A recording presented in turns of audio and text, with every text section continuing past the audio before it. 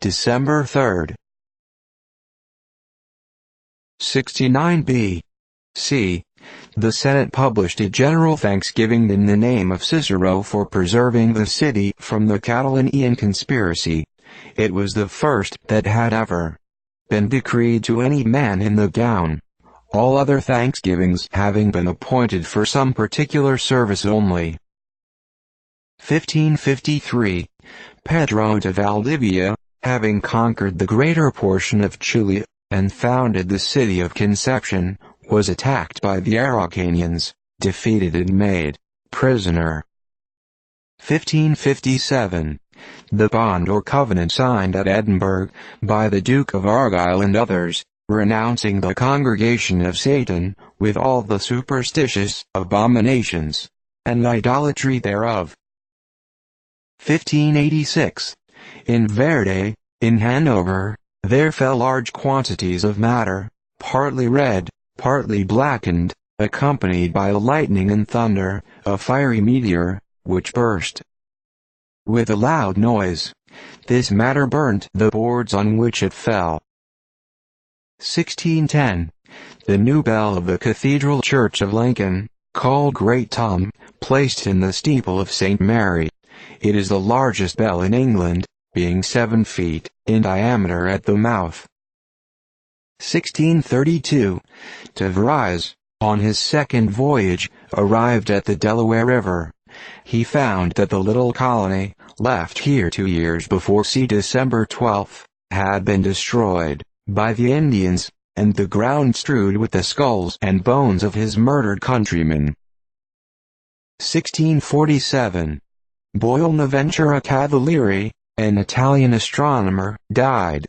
He was the pupil of Galileo, and enjoyed a remarkable reputation in his day, but has descended to posterity solely through his method of indivisibles, one of the predecessors of the doctrine of fluxions. 1658. John Miprelius, professor of divinity at Stettin, died. A distinguished theological disputant. 1688. The abdication or flight of James II, and revolution in England. 1699. Captain Dampier arrived at the island of Papua or New Guinea, in Australasia, and named its eastern extremity New Britain. 1705. Pedro, King of Portugal, died in the 58th year of his age. Juan IV succeeded. 1758. Daring attempt to assassinate Joseph, King of Portugal. It was for this offense that the Jesuits were expelled the kingdom and their property confiscated, a judgment perhaps unequal to the crime. 1775. The Continental flag was displayed for the first time, on board the flagship of Essex Hopkins, who was Commander-in-Chief of the First American Fleet. 1787. Delaware adopted the federal constitution, being the first state to do so. 7th. 1798. Colny, the strongest fortification in Italy, was taken by the Austrians. 1800. Battle of Hohenlinden. The Austrians under the Archduke John, defeated by the French under Moreau in a severe snowstorm, with great slaughter, and night alone saved them from complete destruction. The Austrians lost nearly the whole of their baggage, a great number of cannon and ammunition wagons, 3 generals, and from 10 to 15,000 prisoners. 1809. Intelligence was received at London, that the Ionian Isles, the principal of which are Zend, Ithaca and Cerigo, had submitted to the British, an independent state under the British government, and contain about 200,000 persons who carry on a considerable commerce. 1810. The French, under General Decaen, surrendered the Isle of Man to the British General Abercrombie, with 209 pieces of ordnance. 1812. The 29th bulletin of the retreating French army was dated at Moledagno, describing their severe privations. 1814. The mayor of Lyons, in France, published an order forbidding all artists to engrave or paint the likeness of Napoleon Bonaparte. 1815. John Carroll, first Catholic bishop in the United States, died, aged 80. He was born in the state of Maryland, and educated in France, where he became a Jesuit. On his return to America, he rose from a parish priest to the dignity of archbishop. 1818. Illinois admitted into the Union. 1821. Royal Dance of Torches, at Berlin, on the occasion of the marriage of the Prince Royal with the Princess of Bavaria. 1823. John Baptist Belzoni, one of the most eminent travelers in Egypt, died. He was an Italian, who came to England, where he obtained a subsistence by exhibiting feats of strength and activity at the amphitheater.